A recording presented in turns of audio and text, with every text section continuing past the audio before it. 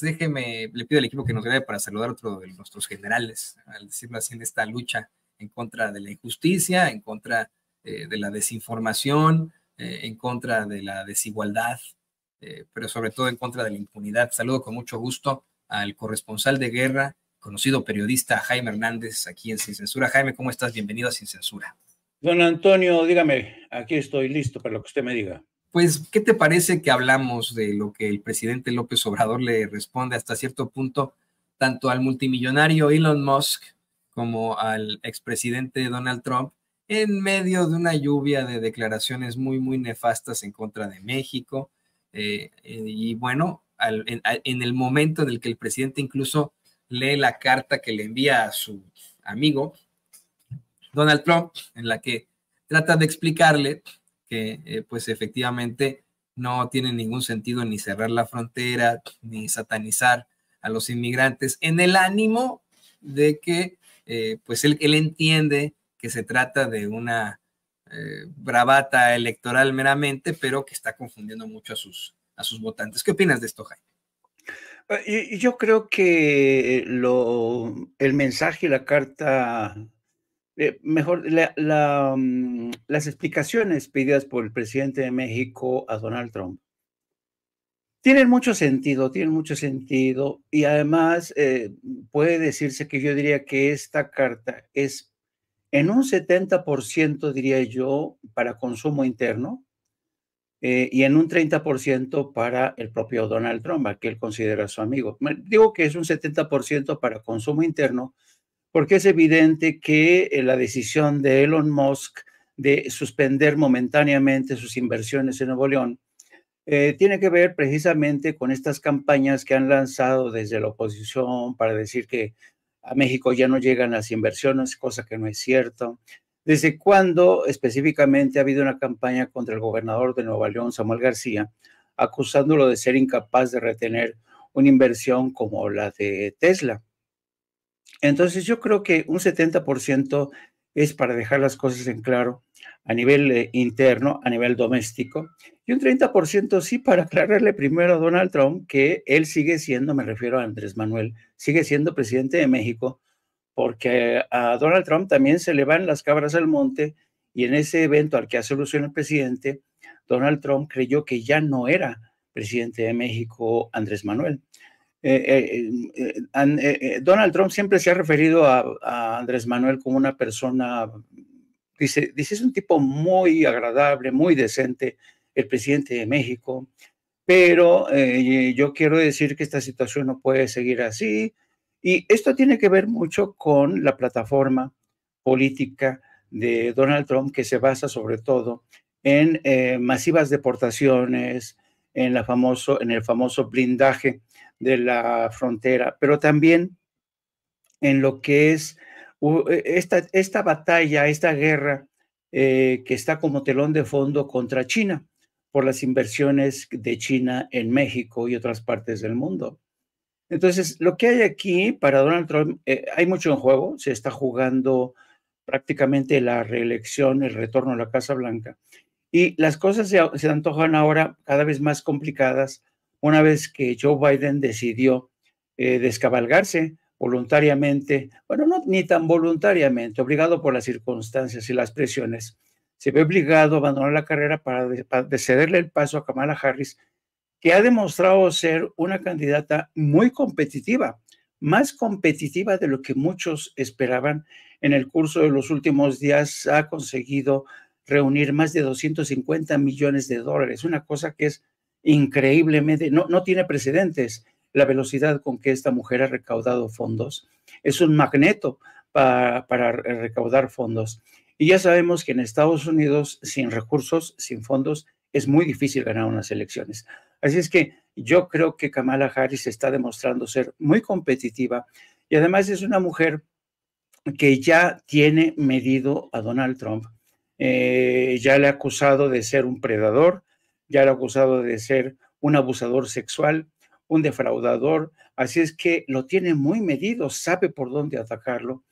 Y entonces yo creo que va a ser muy interesante la forma en que Donald Trump se maneje frente a Kamala Harris. La gente está, me refiero a la base demócrata, está cada vez más entusiasta con esta mujer. Yo no sé hasta qué punto realmente esto vaya a sentenciar el resultado de las elecciones en noviembre próximo. Yo no sé si el entusiasmo que se ve, sobre todo a través de los medios de comunicación, es un espejismo o realmente está cundiendo en territorio real, sobre todo entre la base electoral de los jóvenes e independientes que han condenado abiertamente la política de Joe Biden y los demócratas por el genocidio que de alguna manera ha permitido de Israel en los territorios ocupados de Gaza y Cisjordania. Precisamente hoy, Toño, ya hay una manifestación multitudinaria en las calles de Washington. En estos momentos hay una manifestación grandísima en las inmediaciones del Capitolio de miles de jóvenes, de miembros de la comunidad palestina, perdón, de miembros de la comunidad, por ejemplo, aquí los que tenemos en la imagen, son de la comunidad judía que han dicho una y otra vez, no en mi nombre, no queremos que asesinen en nuestro nombre. Se han reunido todos ellos para protestar contra la presencia de Benjamín Netanyahu, que va a lanzar su discurso. Va a ser la cuarta ocasión que Benjamín Netanyahu comparezca, una distinción que no la veía Winston Churchill, el primer ministro británico, era el único ministro foráneo que había tenido ese honor de dirigirse al Congreso, al Pleno del Congreso por cuarta ocasión. Ahora lo hará Benjamín Netanyahu, pero a diferencia de Winston Churchill, Benjamín Netanyahu se enfrenta a un Congreso estadounidense dividido. Hay una veintena, quizá más, de legisladores demócratas que han dicho que no van a acudir al mensaje de Netanyahu, entre ellos Nancy Pelosi, que es una muy influyente voz entre los demócratas, no van a acudir a este evento protagonizado por Netanyahu. Se espera que Netanyahu lance un mensaje de unidad, que diga que lo que haga Israel es en beneficio también de Estados Unidos por la amenaza terrorista, patatín, patatá, pero en Estados Unidos ya no se la creen.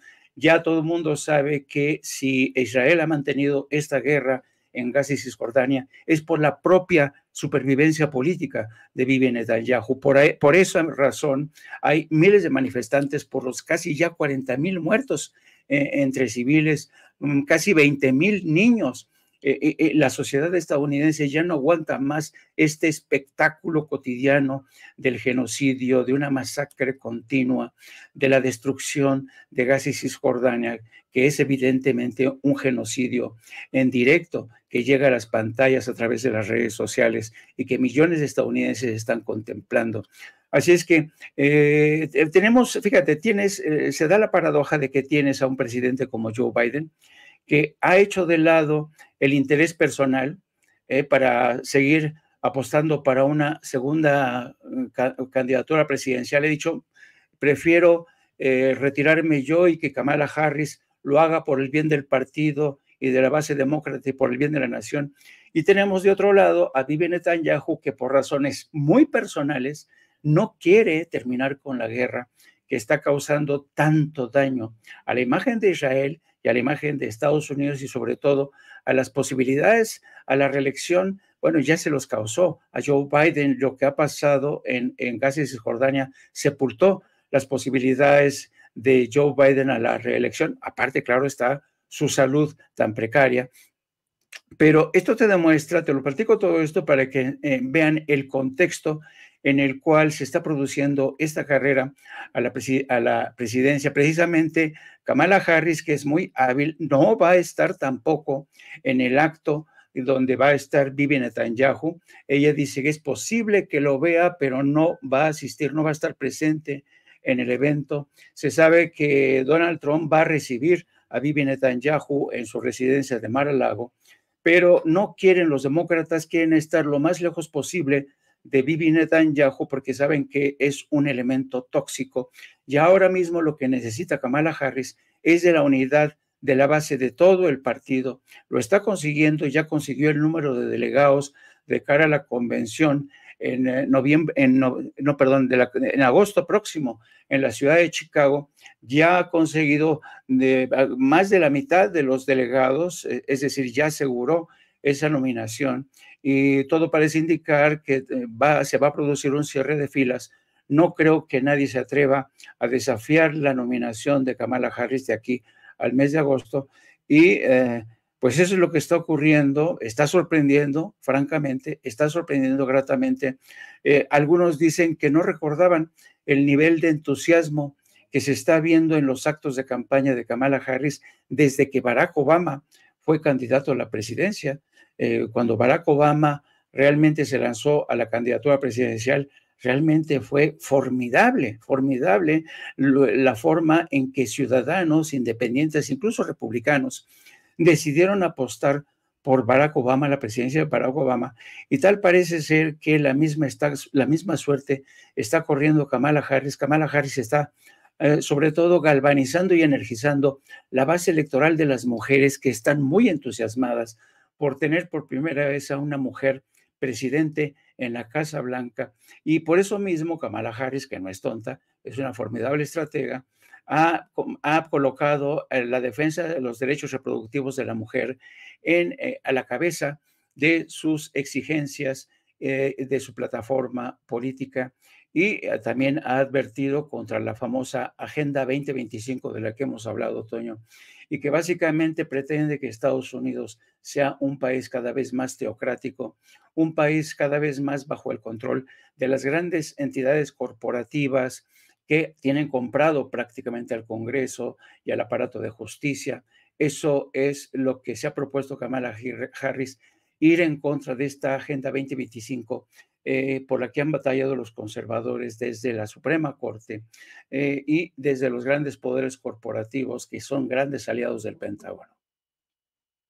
No, y sabes qué, que se está buscando lo que se plantea por parte de los manifestantes desde ayer por la tarde. Muchos de ellos son judíos estadounidenses que, como bien dices, exigen que no se cometa este genocidio en su nombre.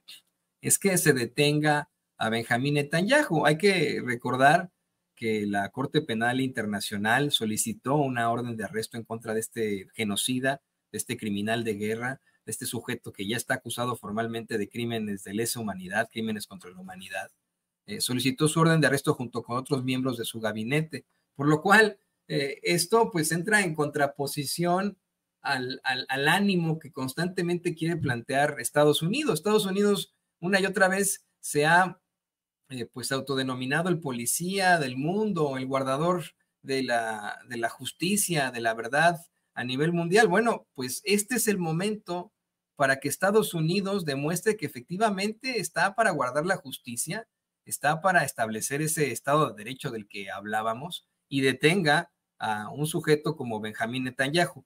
Ya sabemos la respuesta, querido Jaime, querido público consentidor. Hay un sistema llamado AIPAC de cabilderos que, pues bueno, pertenecen al Estado de Israel y que financian la gran mayoría de las campañas políticas de los congresistas en estos momentos en Estados Unidos, tanto representantes, representantes como senadores del Partido Demócrata y del Partido Republicano. Esa es la realidad. Vamos, son políticos vendidos y vendidos con una situación que es completamente legal, que es el cabildeo acá en los Estados Unidos. Estos son los sujetos que en estos momentos, porque ya llegó ahí al piso del Senado de los Estados Unidos, en estos momentos aplauden absolutamente a alguien como Benjamín Netanyahu, pero efectivamente, como menciona el buen Jaime, hay cierto descontento dentro de la élite política. Uno que otro congresista, uno que otro senador se opone al pues discurso que dará el genocida Benjamín Netanyahu ahí en el Congreso de los Estados Unidos, mientras que, insisto, la mayoría del resto, mientras el resto, que es la gran mayoría, le aplaudirán. También quiero rápidamente, para pasar al siguiente tema, mencionarle que las protestas han estado gruesísimas en contra de Benjamín Netanyahu. Ayer se reporta que además consiguieron entrar al Hotel Watergate, ya sabe, este legendario hotel que hasta, bueno, pues aparece en las historias de Nixon. Consiguieron entrar al Hotel Watergate los manifestantes y que en una de las salas en las que iban a empezar a hacer pues la dinámica para que tuviera este discurso ahí en el Congreso de los Estados Unidos, soltaron una serie de gusanos, grillos, langostas, una serie de insectos y de porquerías ahí para, pues vamos a expresar el repudio ante este sujeto y que consiguieron sonar todas las alarmas de fuego que hay en ese hotel, ¿no? O varias, ¿no? Varias de las alarmas consiguiendo que hubiera una disrupción absoluta en ese hotel. De hecho, consiguen que Benjamín Netanyahu se ha trasladado a otro hotel, se desconoce cuál, porque pues no lo dejaban dormir al pobrecito. Yo lo que creo, Jaime, querido público consentidor, que no deben de ser los manifestantes ni las alarmas de fuego las que no deberían dejar dormir a Benjamín Netanyahu, sino las almas de los niños que ha asesinado, su gobierno, sus órdenes, las situaciones tan horribles que ha cometido. Y bueno, pues por supuesto que aquí en Sin Censura nos sumamos a ese clamor a la paz, ese clamor a un cese al fuego, a un fin ya de ese genocidio, y le mandamos toda nuestra solidaridad a los manifestantes que hoy están exigiendo pacíficamente que de ninguna forma dejen este crimen impune y que detengan a Benjamín Netanyahu ahí en Washington, D.C. Pero bueno, mencionaba el querido Jaime Hernández la situación de los Estados Unidos en cuanto a Kamala Harris. Le voy a pedir al equipo que nos grabe, porque, querido Jaime, ayer salió por la tarde una encuesta de la agencia Reuters con Ipsos. Ya sabes, Reuters es una agencia de información, pero Ipsos es una casa demoscópica acá en los Estados Unidos, que también tiene mucha participación en México y que también se ha equivocado, hay que decirlo con todas sus letras. Pero le quería decir yo a usted que efectivamente se da a conocer que a partir de que el presidente Biden decide declinar ante la carrera presidencial y dejar a su vicepresidenta como la señalada, pues vamos, la candidata virtual del Partido Demócrata, comienza a llegar todo este apoyo por parte de los delegados demócratas, como bien lo mencionaba Jaime, comienza a llegar todo este apoyo en donativos. En menos de 24 horas obtuvo más de 81 millones de dólares y ahora se habla que hasta ahorita van como 224 millones de dólares, rompiendo récords históricos. Y además, bueno, pues se plantea que estaría en estos momentos ganando por 2 puntos porcentuales Kamala Harris al presidente Trump. Dan a conocer que marca en estos momentos el 44% de las preferencias de los votantes acá en Estados Unidos, frente a un 42% de Donald Trump. Bueno, el resto obviamente de indecisos, pero esto ya es algo. ¿Qué opinas, querido Jaime? Pues mira, efectivamente nosotros nos llamó la atención poderosamente esta encuesta de Reuters Ipsos, que hablaba del grado de competitividad con la que llega Kamala Harris a la contienda. Pero hay que entender, como tú bien has dicho, es muy difícil realmente confiarse en las encuestas en Estados Unidos. Yo creo que las encuestas en Estados Unidos, a diferencia de México, tienen un carácter más volátil, son mucho más volátiles que las que se producen en México. En México las encuestas suelen ser más creíbles, menos volátiles, pero la mayoría de los expertos en demoscopia explican que este alza de Kamala Harris en las encuestas se debe al factor que se conoce, que se conoce en Estados Unidos como la luna de miel, como un producto nuevo. Entonces, esto está llamando mucho la atención y sobre todo porque está recibiendo una cobertura de los medios impresionante por razones obvias.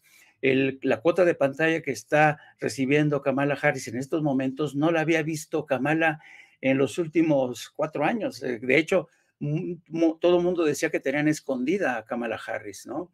Pero, claro, a raíz de que se convierte en la sucesora impectore de Joe Biden, pues todos los medios de comunicación la han colocado en el escaparate con mucha difusión y esto ha aumentado, por eso se le llama el efecto luna de miel.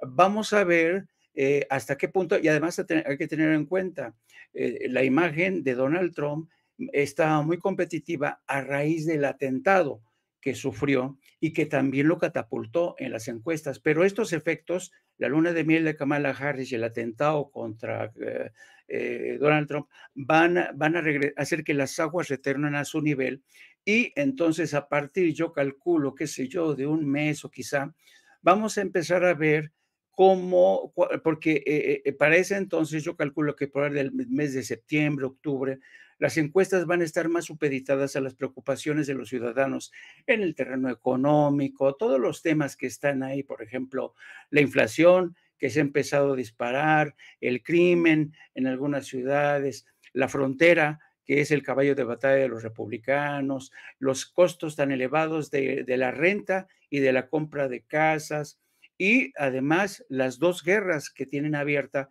Estados Unidos y que ha atizado con fondos, más de 100 mil millones de dólares, la guerra en Ucrania y la guerra, el genocidio de Israel en Gaza y Cisjordania. Todos estos elementos a la larga son los que realmente van a mandar principalmente la inflación, la economía y la frontera, porque Donald Trump precisamente va a seguir apostando por la fuerza, se le va a seguir yendo a Donald Trump por el tema de la frontera, por muchas cartas que le mande el presidente, porque, y además yo creo que el presidente sabe, y lo dijo hoy esta mañanera, que Donald Trump va a seguir insistiendo con ese caballo de Troya de la frontera, porque sabe que le reditúa muchísimos votos, muchos. Y además, esta versión de que realmente va a sellar, pues es de locura porque, como bien señaló el presidente, México es ya el primer socio comercial de Estados Unidos, ¿no? Pero ya sabemos que esto va a ser aprovechado por Donald Trump, pero también por los adversarios de la Cuarta Transformación aquí en México. En muchos sentidos, la oposición en México, que es bien chaquetera, muy chaquetera, se ha convertido en compañero de viaje de Donald Trump. ¿Quién lo diría, no? Y van a tratar de explotar las mismas reclamos publicitarios de Donald Trump para decirle al presidente de México: ya ve la frontera, ya ve, estamos expulsando a millones de inmigrantes, cuando hoy las cifras demuestran que el volumen de inmigrantes que están cruzando la frontera, de todas las nacionalidades, ha descendido drásticamente. Pero eso no le importa a Donald Trump. Donald Trump va a seguir insistiendo, porque ese es su caballo de batalla, en la seguridad fronteriza. Y vamos a ver hasta qué punto Kamala Harris es capaz de neutralizar a Donald Trump. Yo sospecho que va a ser muy interesante este duelo, quizá el duelo más interesante de los últimos tiempos en Estados Unidos, porque estamos ante un hombre como Donald Trump, que es blanco, conservador, misoginio, machista, frente a una mujer que es vista como miembro representante de la comunidad afroestadounidense, es mujer. Ya sabemos que más de la mitad del electorado en Estados Unidos es mujer, y muchas de ellas sueñan con tener ya una mujer. No lo consiguieron con Hillary Clinton, porque Hillary Clinton no estaba, digamos, no encajaba en el perfil ideal, porque Hillary Clinton siempre fue vista como una miembro del establishment. Kamala Harris es distinta. No estoy diciendo que Kamala Harris sea un ángel, porque Kamala Harris ha representado a la administración Biden, que ha cometido terribles errores. Kamala Harris, por ejemplo, era la responsable en buena medida del tema de la migración, pero sobre todo la política de Estados Unidos frente a México y América Latina, no presionó lo suficiente para que Estados Unidos, la administración Biden, apostara por mayor inversión en Centroamérica. O sea, no es del todo perfecta, no es un ángel Kamala Harris, pero representa una opción muy interesante y va a añadir unos ingredientes fascinantes a esta contienda presidencial, que vamos a ver en qué resulta en noviembre próximo, querido Toño. Pues vamos a ver en qué resulta todo esto, en qué va a terminar todo esto. La verdad es que es más que preocupante y a la vez emocionante. Yo quiero decirle a usted que esta es la temporada que más me gusta a mí como periodista, la temporada electoral. Y muy pocas veces, sí pasan obviamente, pero muy pocas veces se tienen elecciones tanto en México como en Estados Unidos el mismo año, por lo que ya se imaginará lo muy emocionados que Jaime y su servidor andamos, ¿no? Así que de eso estaremos muy pendientes, querido Jaime. Mientras tanto, te pido por favor que nos compartas tus redes sociales, además de agradecerte, y que nos hables de, bueno, pues qué van a andar haciendo por ahí en No Apto para Cínicos. Pues sí, vamos a seguir abordando el tema precisamente de este reclamo del presidente a su amigo Donald Trump. Ayer mismo, desde ayer mismo abordamos esta cruzada que ha lanzado el señor Ricardo Salinas Pliego contra Vicente Serrano, la gente de Sin Censura, contra Álvaro Delgado y otros youtubers. Y desde mi punto de vista, hemos revisado la demanda y francamente yo le encuentro, es una demanda muy rebuscada, y además se basa en supuestos un tanto inexplicables, ¿no? Porque esta mañana, cuando le preguntaron a Claudia Sheinbaum sobre este asunto, ella decía que a ella le interesaría ver muy bien de qué se trata, porque esta es una especie de galimatías legal. Y si vamos a ver de qué se trata, porque lo que me llama mucho la atención es que el señor Salinas Pliego haya echado mano, haya preferido irse a Estados Unidos a presentar esta denuncia. ¿Y por qué no lo hizo en México? Claro, el juez que le ha concedido esta primera movimiento a Salinas Pliego dice que lo hace porque quiere saber hasta qué punto si puede ser, si se pueden revelar los datos que dice en la resolución de agentes anónimos, cuando ya sabemos que nadie es anónimo, nadie ha actuado detrás de un pasamontañas, no. Aquí los nombres, Álvaro Delgado y todos mundos actuamos a cara descubierta. Pero dice el juez que lo que quiere Ricardo Salinas Pliego es enterarse de quiénes son esas personas anónimas que están tratando de dañar la imagen de sus industrias, de su empresa, Banco Azteca, todas estas, ¿no? De Electra, ¿no? Y hay incluso la respuesta del juez es muy cuidadosa a la hora de, porque tiene muchos ángulos, Toño, es fascinante. Tú sabes que uno de los temas más importantes en Estados Unidos es el de la primera enmienda de la Constitución. ¿Qué es la primera enmienda de la Constitución? Es la libertad de prensa, la libertad de expresión, la libertad religiosa. Por tanto, dice el juez que a sabiendas de que X y Meta van a alegar eso, que no pueden dar a conocer porque están ante un tema de libertad de expresión, dice el juez que, bueno, sí, sabemos que este es obstáculo de libertad de expresión, pero queremos saber quiénes son estas entidades anónimas, insiste en este tema. Pero por eso yo creo que no va a llegar a buen puerto y lo que quieren es darle rostro a estas personas anónimas para presentarse ante una corte de México, ante un juez de México para acusarlas. Pero ¿para qué dar tantas vueltas? ¿Por qué no el señor Salinas Pliego presenta su queja aquí en México?